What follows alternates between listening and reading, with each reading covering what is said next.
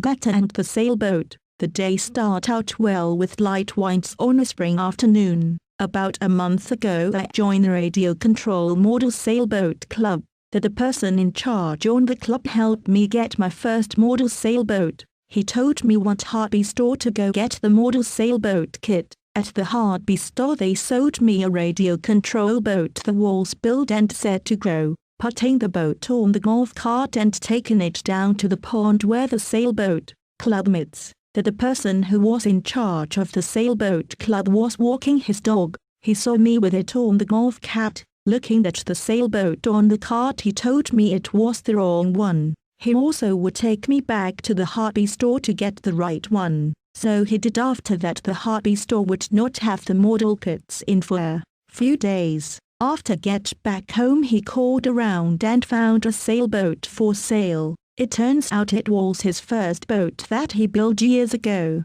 Few days after having the boat could not use it because of high wind. When the winds died down went back to the pond where the club meets. Was able to use the sailboat for a few hours later he joined me with his other sailboat that he wanted to test. He also checked out my boat till later he went home as well. I did too. Have not able to use the sailboat at the club last few times because of the weather and they did not meet. On a Saturday afternoon took my sailboat down to the sailboat meeting pond. Was by myself, put a chair under a pine and oak tree using the shadow of the trees to stay out of the heat. Set up the sailboat and using the radio control to watch how fast it could go. In the light breeze, in the pond there are color buoys, so I was keeping the sailboat close to the buoys near my chair. I knew that there are gators in the pond. Last time had no problems with them. The boat sailed easy past 3 buoys, then the wind died down and the boat stopped.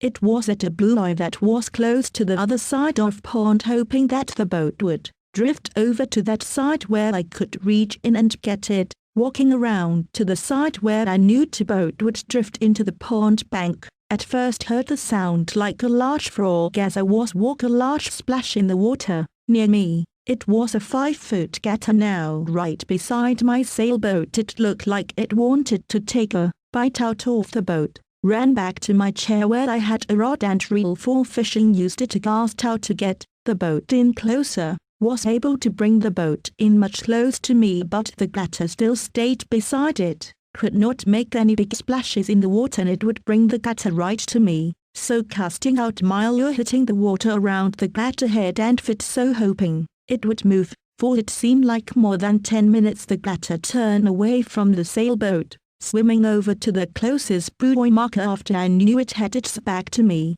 so it stepped into the water and grabbed the sailboat. When I did, the gator turned back toward me. After that was able to bring the sailboat back home not broken. The gator was not hurt in any way but did not fear the gator, only respected, for the gator had more fear of me after walking up on it. By Kent Price, April's Up Yet, 2004